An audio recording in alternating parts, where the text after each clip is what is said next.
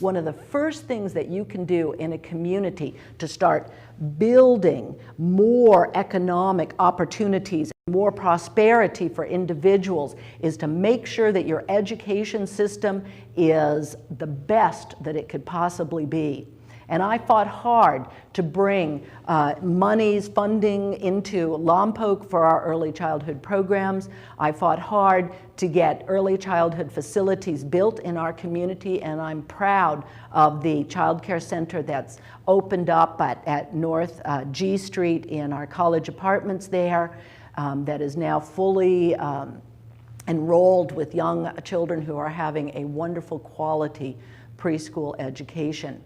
And I also started talking as their family resource coordinator as about the #1 thing that this community can do to support families is to get jobs here. Because when a family has a job, a breadwinner, a person with a family supporting job in the mix here who is able to support the needs of that family so that someone can raise the children, someone can help make that house a home, someone can be there to deal with all the modern stresses and difficulties that we have.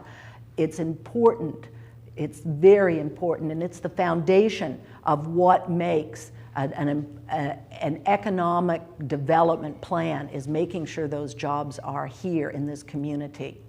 Now, some people might say, and they have said it already, oh, that Dulcie, she's a little soft on the issues. She's a nice mom, and she's a nice caretaker for the children and the families. But they also need to understand that mothers, that people who care about the community, who care about what strengthens families, what gives young single people an opportunity to move forward, is economic opportunity out there. They need to know that I can be very hard on these issues as well. I know how to balance a budget. For the last 25, 30 years, I've balanced a household budget. I've balanced many budgets at the university. I wasn't just funded through student fees. I was also funded through the student affairs chancellor that I reported to with dual reporting roles. I understand how hard that might be, but there were budget requirements in both of those categories. I also successfully wrote and implemented and evaluated and managed the budget on many federal grants that we pulled in for literacy program, for job training programs, for workforce and service learning programs that enhanced the understanding of the university students who are getting the theory and the research and needed that real world experience to move on. All of these have shaped my ideas and my understanding of what it's going to take to bring this community in moving forward rather than feeling that we're always moving back. Finally, while I was at UCSB, I had an opportunity to go back to school and to work towards my PhD. That was one of the hardest things I've ever done in my life. I was very fortunate in that I found an academic committee chairperson who was just amazingly optimistic. And every time I thought that I couldn't go on, that little woman picked me up and dragged me to the next step of it. It took me over a decade to get my PhD. But you know what? I finished it. Not because I'm the smartest or the most talented person pursuing a higher degree, because I would not give up. And I bring that tenacity, I bring that persistence to my campaign, and I will bring that to serve you on City Council as well. What I learned in doing the research on my dissertation was about how you need to include stakeholder groups when you want to institutionalize an innovative new idea.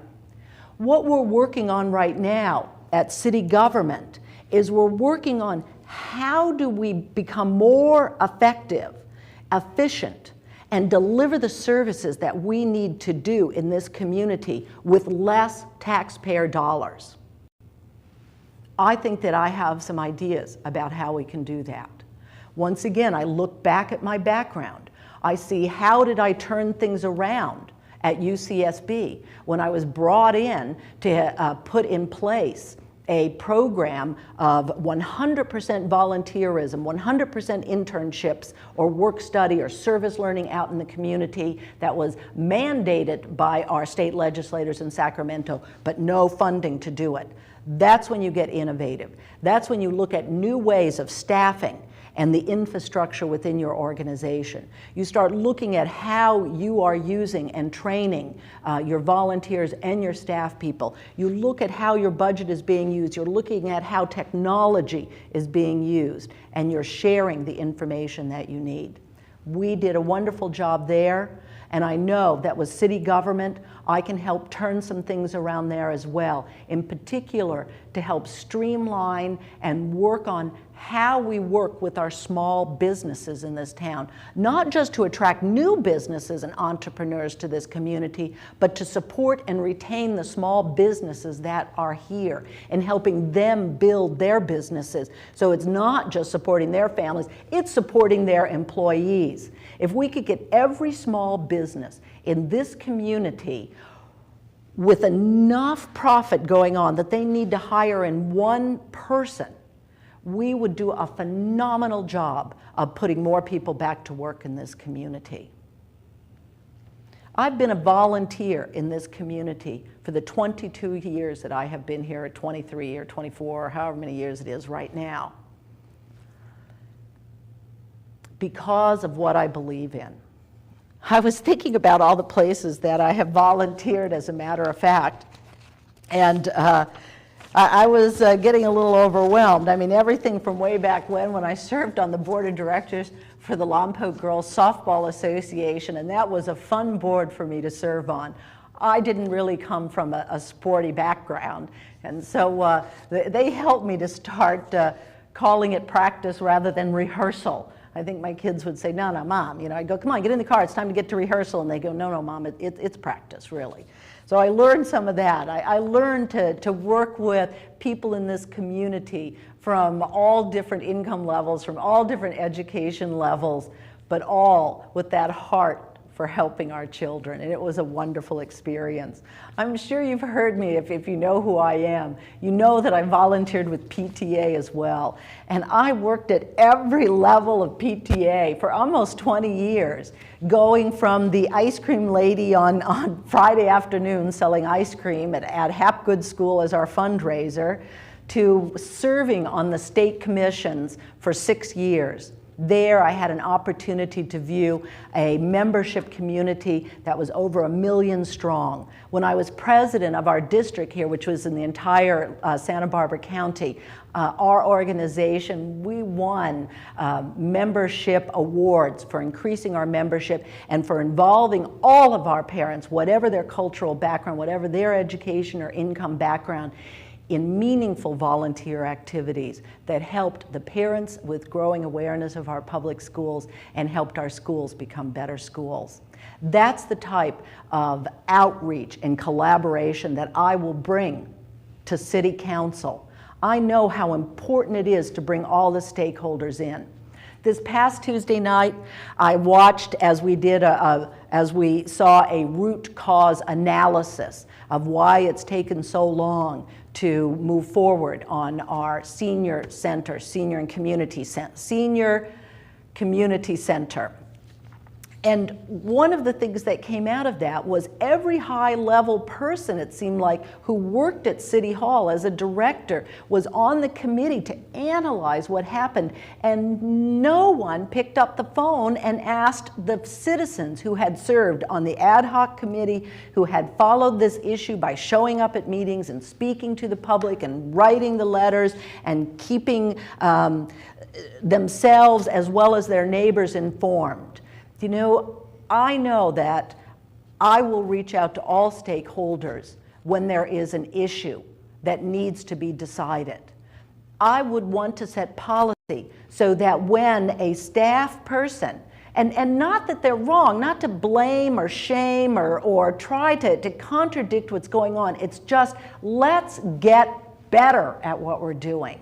Let's make sure that when we have an issue that affects people in the community, whether it affects nonprofits that they're involved in or a cause that they're involved in, let's make sure that we're finding new ways that we can reach out and include them in the final analysis and the evaluation and the moving forward and improving. Let's make mistakes, but let's not keep making the same mistakes over and over again. In the last 2 years, since the rookie season where I ran in 2008, I've learned a great deal about this community. Some people have said, what have you been doing for the last 2 years? In the last 2 years after running, I bought a bike and I started riding around every community here in Lompoc. I think I've put over 500 miles on my little bike, and I assure you I'm not a speedster, but at least I went from my 3-speed with big baskets and big tires to a touring bike that had a few more gears that got me up Beatty Hill there and got me around town a little bit faster. In every community that I ride through, I love to look at how the yards are, to see the people interact and to see people out on the streets, to smell what's cooking for dinner, to be a part of a community that I care about a great deal and see the people who are there. And I'll continue riding my bike all over town. After the election, several people approached me about opportunities to get involved in new businesses. I started a business and I closed a business. I got more involved with the Chamber of Commerce, with the 2020 Vision Economic Development Program. I've gone to the budget hearings. I've attended meetings. I've fought for the causes that I believe in. And the causes that I believe in is that we need to take care of those individuals who are less fortunate than we are in this community. I believe that we need to have a strong shelter for our homeless, a system in place for sheltering the homeless, for providing low-income housing. But I also believe that that isn't a safety net where we catch people. It's a trampoline where we help those people bounce back into good jobs that I know I can help bring to this community, bounce back to follow their dreams in this community. You know, people have accused me of not being detailed and focused enough, the big vision. I am a dreamer, and I like being around dreamers. I like being around people who think big thoughts, who see new ways of doing things, who aren't afraid to take a risk and maybe fail at it, but pick themselves up and step forward again. And those are the personal qualities that I will bring to City Council. I will bring an optimism and an enthusiasm that I hope will energize the change that we need in this community to improve our economic situation, to create more jobs, and to make sweeping changes at City Hall so that no matter where you are in this world, when you think about Lompoc, you think about a place that's business friendly, that's moving forward, that's taking care of their children and family and youth, that is doing something new and innovative in our community. If you'd like to join me on this campaign trail, I would love to have you do that. Contact me. I'm easy to find. I'm the only Sinn in the phone book. Call me up. Send me an email. My email address is very easy to get a hold of here. And I'm also doing a Facebook page. I'm also on Twitter. And I'll also be holding a lot of opportunities to speak to people in small groups or large groups. Please join my campaign to represent you, to be the very best representative on City Council that you deserve. Make a donation, volunteer some time, help out with walking precincts, host a little coffee where you invite some of your neighbors in so I can talk to them. Set up a tent or a lemonade stand at your front yard, and let's get a new voice and an energizing person on City Council. Thank you for sticking with me this long. Support me. Thank you.